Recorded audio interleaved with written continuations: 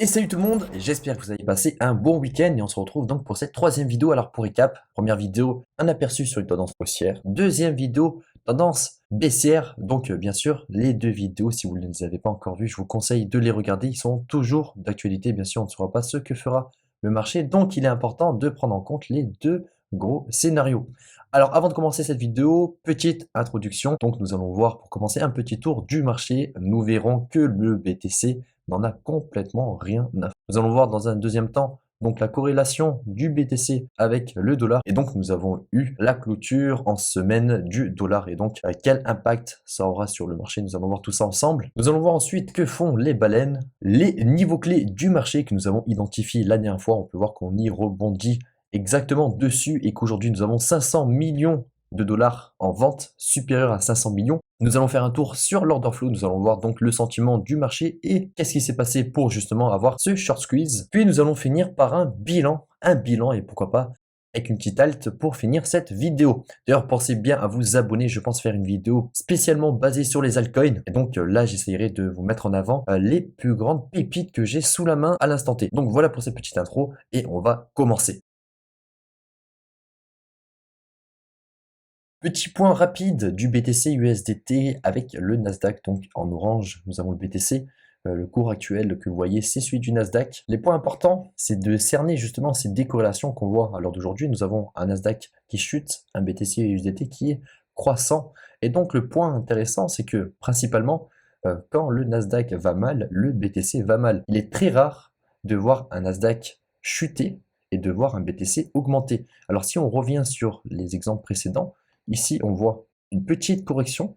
Ici, on voit une correction plus approfondie sur le BTC. On peut s'amuser à faire ça plusieurs fois. Hop, ici, nous voyons le Nasdaq retracé. Ici, nous avons un retracement sur le BTC. Même cas de figure pour ici. Donc, généralement, quand le Nasdaq va mal, c'est rare de voir un BTC augmenter. Donc, petit warning par rapport à ça, parce que je ne pense pas qu'aujourd'hui, le BTC est complètement décorrélé à celui du marché US. Donc ici, voilà, petite correction, ou plutôt de consolidation, et c'est ce qu'on retrouve également sur le BTC. Donc ici, bon, le crash Covid. Et ici, bon, pour le dernier exemple, nous retrouvons également la même chose. Hop, le Nasdaq qui chute, le BTC qui corrige dans la foulée. Voilà, pour revenir à ça, voir donc un marché US corriger et le BTC continuer son rebond, ce n'est pas un signal bullish.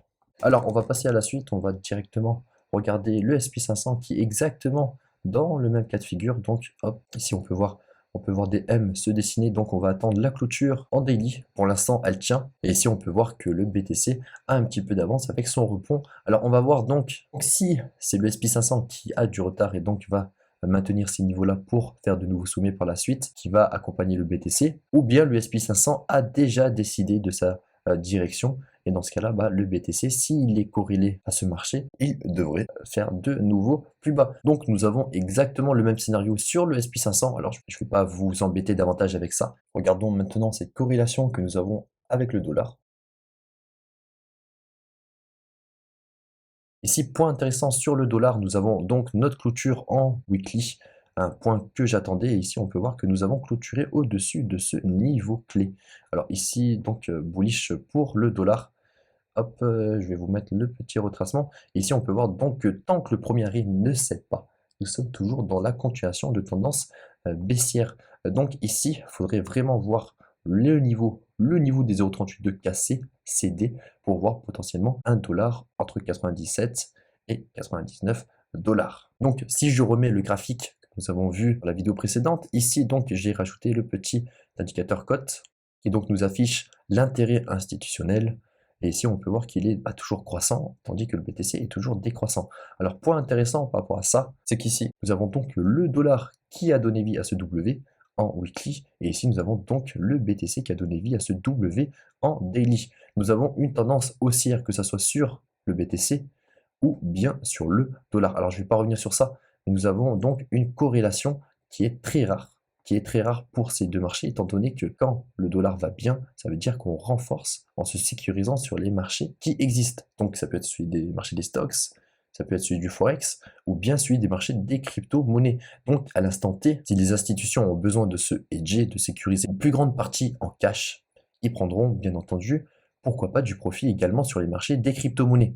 Donc ici, nous avons un piège, que ce soit du côté du BTC ou bien du dollar. Il y en a un qui est en train de nous donner une mauvaise direction. Alors hop, je vais juste revenir sur le graphique précédent. À moyen terme, à long terme, le dollar donc est décorrélé du BTC. Bien entendu, quand le dollar descend, le BTC augmente et vice-versa. Donc ici, voir un BTC qui augmente en même temps que le dollar nous donne l'information que l'un des deux camps nous donne potentiellement une mauvaise direction. Que ça soit le dollar qui rebondirait sur le premier arrêt pour nous faire par la suite de nouveaux plus bas et donc donner vie à ce M qui serait extrêmement bearish pour le dollar, ou bien le piège se trouverait au niveau du BTC USDT et donc ici nous retrouverons le bas de range et nous serons encore bornés entre ces deux points.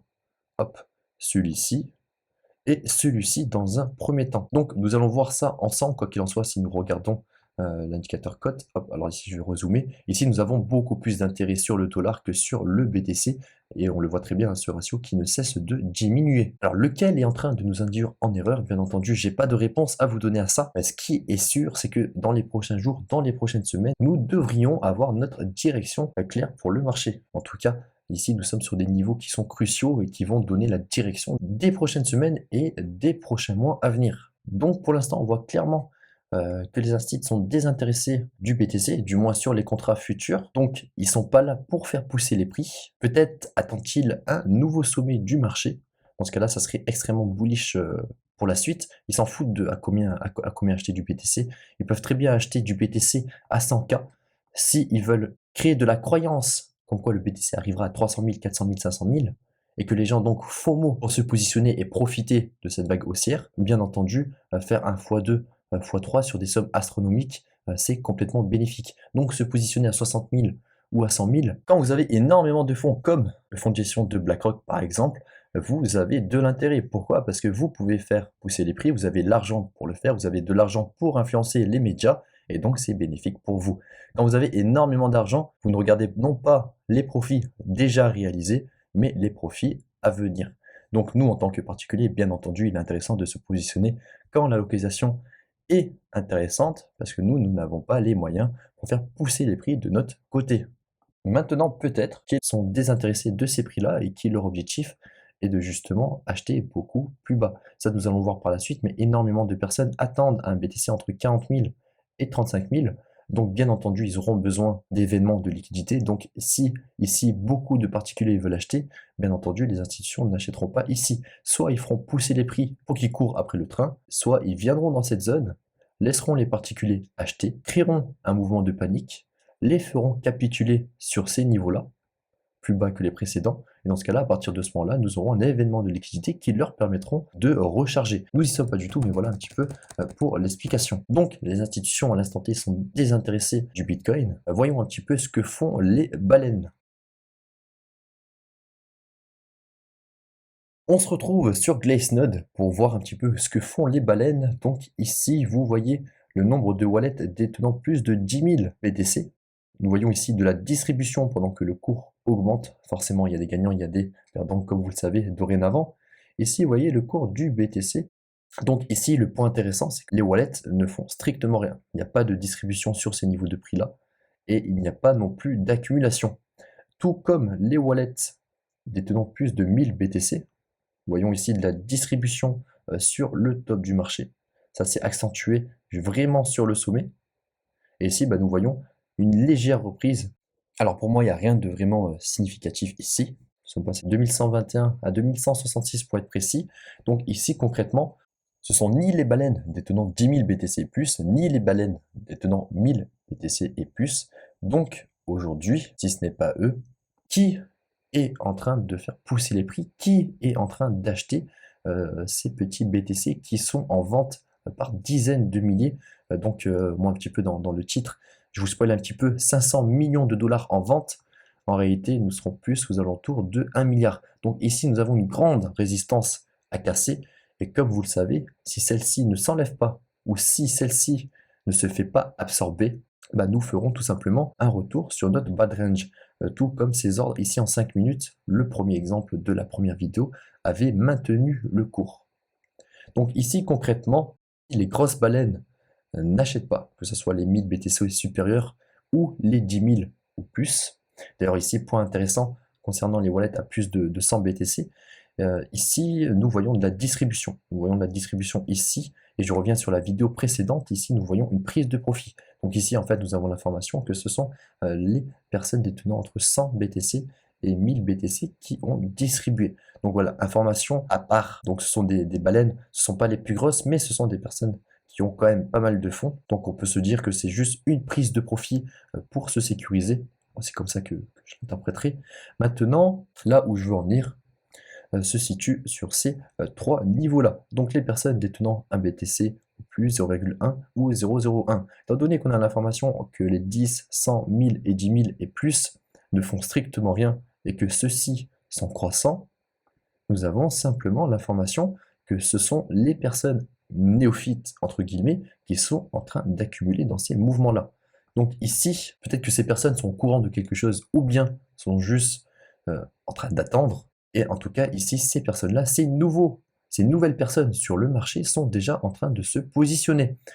Donc, les ordres qui se font absorber ne se font pas bouffer par des baleines, mais se font bouffer donc par des particuliers. Donc si tous ces petits poissons achètent des BTC sur ces niveaux de prix-là, le marché aurait tendance à avoir de l'intérêt à les faire paniquer plutôt qu'à leur faire gagner des profits. Donc ici, concrètement, les plus gros poissons sur OKEx du côté asiatique sont tout simplement en train de vendre leurs BTC aux néophytes sur le marché spot. Donc à l'instant T, si je serais à la place de ces baleines, bien entendu, j'aurais aucun intérêt à faire exploser le cours. Pourquoi pas faire un petit mouvement de panique pour justement faire sortir la majorité des personnes qui se sont positionnées sur cette résistance et absorber de nouveau leur liquidité et reprendre de plus belle avec donc un buy plus élevé en Bitcoin. Alors bien entendu, tout ça, c'est si nous ignorons ce qui se passe sur les produits dérivés. Et rappelez-vous, il y a très peu de liquidité sur Exchange. Donc il est très facile de driver le marché spot. Et donc ça va nous amener simplement à regarder ce qui se passe sur les dérivés. Mais avant ça, faisons un petit point sur les ordres sur Trading Light. Voyons un petit peu si ça a bougé ou non. Ici, concrètement, il n'y a rien qui a bougé par rapport à la vidéo précédente, donc je vous invite à le regarder pour ceux qui ne l'ont pas encore vu. Et donc ici, nous avons notre résistance que nous avons identifiée depuis le 21 septembre, que j'ai rajouté directement ici, donc cette résistance de 500 millions en vente, donc un petit peu plus de 500 millions de dollars en vente. Et si on prend un petit peu de recul, d'ailleurs en weekly, point intéressant, nous avons ce premier arrêt qui avait cédé et qui aujourd'hui, avec cette bougie précédente, a été complètement avalé. Donc bien entendu, c'est bullish à court terme. Maintenant, étant donné que c'est le marché des dérivés qui drive celui du spot, on peut très bien revenir en bas de range aussi vite que nous y sommes sortis. Donc ce que je voulais vous montrer, c'est que dans cette zone-là, hop, je vais prendre le petit rectangle, je vais changer de couleur. Ici, nous voyons que nous y avons rebondi maintes et maintes fois. Donc ici, concrètement, nous avons de la distribution. Nous avons de la distribution importante. Et ici, forcément, les gros poissons sont en train de défendre leur niveau qui se trouve entre 47 000 et à peu près 49 600. Donc, tant que cette résistance ne cède pas, on peut très bien faire de nouveaux plus bas. Maintenant, si celui-ci cède parce qu'ils enlèvent ses ordres ou parce que la totalité aura été absorbée, ça sera très bullish par la suite parce que beaucoup de personnes donc auront la tête sous l'eau. Alors étant donné que le marché spot est drivé par celui des produits dérivés, regardons directement sur ce qui a le plus d'impact, directement sur CoinAnalyze. Avant toute chose, j'aimerais revenir sur ce mouvement donc en daily, hop, sur ce short squeeze, hop, ici, qu'est-ce qui s'est passé? Alors hop, nous revenons directement, regardons un petit peu l'order flow. Ici on peut voir que l'order flow avait explosé, nous sommes passés de 47 000 à 55 000, donc dans ces ordres de prix, hop, hop, hop. Ici donc nous n'avons pas encore eu le short squeeze, c'était des informations intéressantes à l'instant T pour les personnes qui sont devant l'écran, notamment pourquoi pas lancer un trade contre la masse. Ici nous avons l'information que le funding était négatif, donc ici le sentiment était bearish. La plupart des personnes se positionnant sur le marché étaient en short, donc la liquidité s'est accumulé au nord. Ici, donc entre 48 000 et 55 000, à peu près 7 000 BTC, la majorité, donc ici si on regarde le ratio, 55% était en short, donc il y avait de l'intérêt à aller au nord. C'est ce qui s'est passé, et donc ici nous avons notre pic de liquidation des niveaux des shorts. Si dans ce niveau de prix là, le marché aurait fait exactement l'inverse, c'est-à-dire donc un open interest qui explose à la hausse, le funding qui explose également à la hausse, bah ici bien entendu ce mouvement aurait été exactement le même, mais à la baisse. Donc gardez bien à l'esprit qu'actuellement tout ce qui se passe est drivé par les dérivés. À l'instant T, qu'est-ce qu'on peut voir? Nous voyons que nous sommes passés de 46 000 à 48 000, donc il y a 2000 contrats ouverts, 2000 BTC qui sont positionnés principalement en short. Ici, nous voyons le ratio qui augmente, nous sommes passés de 51% à 54% de short, et ici, nous voyons le funding diminuer. Donc, open interest qui augmente, funding qui diminue, ratio short-long qui augmente. Ici, nous avons l'information que nous avons plus de liquidation à effectuer au nord qu'au sud. Donc, pourquoi pas aller les chercher. Donc voilà vraiment pour le court terme et l'explication sur le short squeeze situé ici. Maintenant, vraiment rien de plus à dire. Les prochaines journées, les prochaines semaines seront décisives pour la suite du marché. Et donc si nous avons la cassure de cette résistance, nous avons vu qu'il y a de l'intérêt à aller au nord avec l'order flow. Bien entendu, ce sentiment peut changer à la minute à l'autre. Donc vraiment sur du court terme, c'est ce qui se passe. Regardez la vidéo, peut-être 2 heures, 3 heures, une journée, 2 journées après, peut-être que le sentiment aura changé.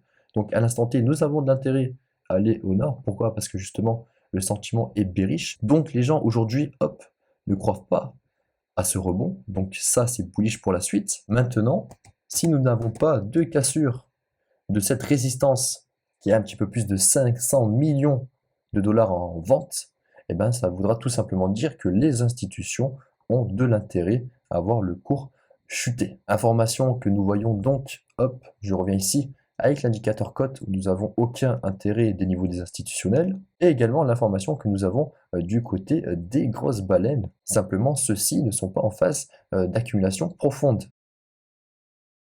Donc, tant que tous ces ordres ne se font pas absorber, le cours aura bien entendu du mal à aller plus haut. Quoi qu'il en soit, si celui-ci cède, nous aurons donc une prochaine résistance entre les 50 000 et les 51 600. Maintenant, donc, comme indiqué sur le graphique, si nous cassons ce niveau-là, ça sera extrêmement bullish pour la suite parce que nous aurons absorbé toutes les gros ordres des grosses baleines, compris donc grosso modo entre 47 000 et 52 000. Alors je reviens sur ça, mais si on casse par le bas, ça voudra tout simplement dire que sur ce petit rebond, il n'y a pas eu de véritable acheteur et que nous sommes juste venus chercher les liquidités des shorts que nous avons vu dans l'exemple précédent juste ici. Je vais vous le redessiner rapidement. Ici nous avons l'open interest qui augmente, ici nous avons le funding qui diminue, le ratio short qui augmente, ici donc entre 47 000 et 54 000, à peu près 7 000, 8 000 BTC, et majoritairement du short, donc la liquidité s'est accumulée au nord. Donc si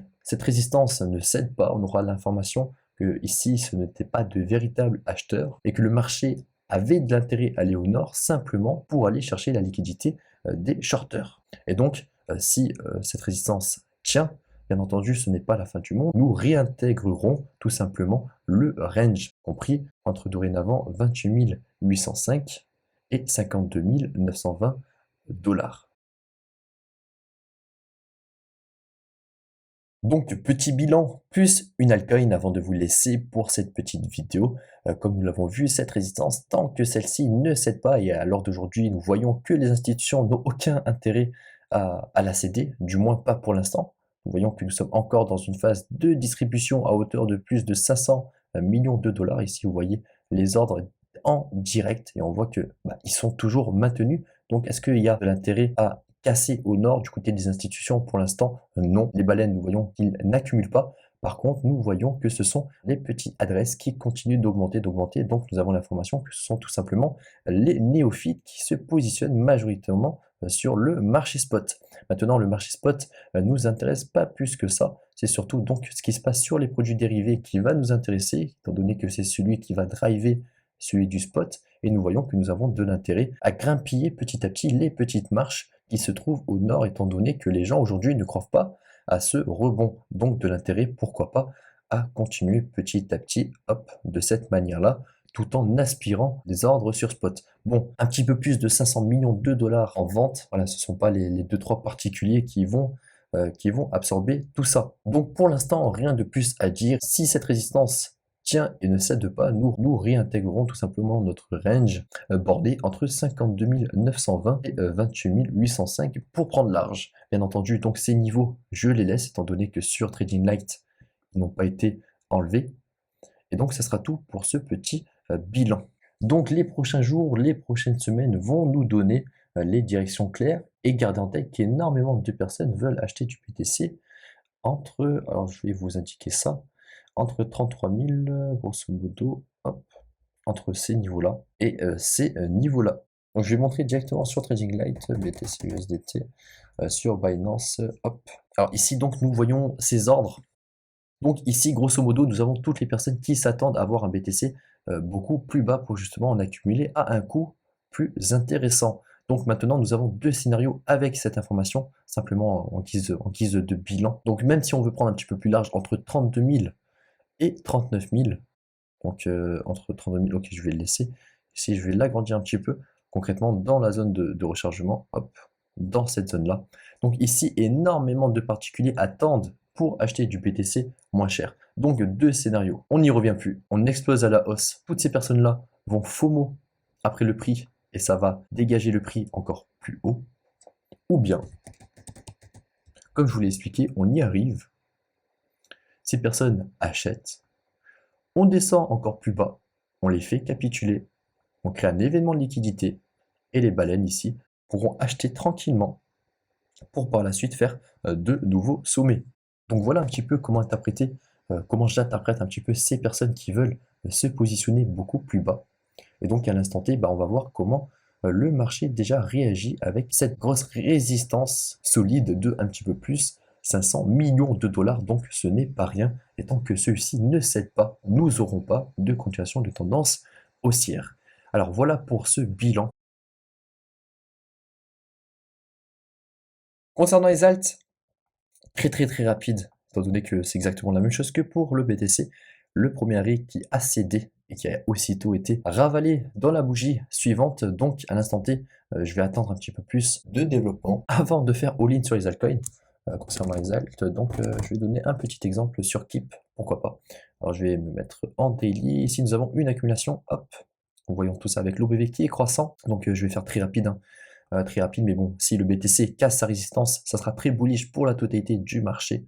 Et donc, si nous faisons de nouveaux sommets sur le BTC, et que ici, hop, vous avez de telles structures qui se valident, ça sera très intéressant. Bien entendu, donc, risque modéré, étant donné que nous n'avons pas encore de direction claire sur le Bitcoin. Et bien entendu, si celui-ci retrouve son bas de range, les altcoins, eux, vont en périr davantage. Donc, on ne va pas revenir directement dans ces zones. Hop, et remplir ces zones de creux dans la value, là où le marché adore y revenir pour faire du business. Donc voilà pour ça. Et ici donc, à voir par la suite ces signaux-là, une fois que le BTC aura pris une direction claire, sera extrêmement bullish pour Keep USDT, ici pour cet exemple. Donc la totalité des altcoins sont pratiquement dans ce cas-là. C'est pour ça que je l'ai choisi. Voilà pour ça, j'espère que la vidéo vous a plu. Pensez à vous abonner, à activer la petite cloche pour la vidéo suivante, notamment. Je vais faire un point sur les altcoins, bien entendu, une fois que le marché aura choisi sa direction claire. Donc voilà pour cette vidéo, j'espère que ça vous a plu. Pensez à liker si vous avez appris quelque chose de nouveau, si la vidéo vous a apporté une plus-value. Pensez à également activer la petite cloche et je vous prépare du gros contenu pour la vidéo qui va suivre, qui sera, si tout se passe bien, spécialement basé sur les altcoins, si bien entendu le BTC nous aura fourni une direction claire du marché. À très vite.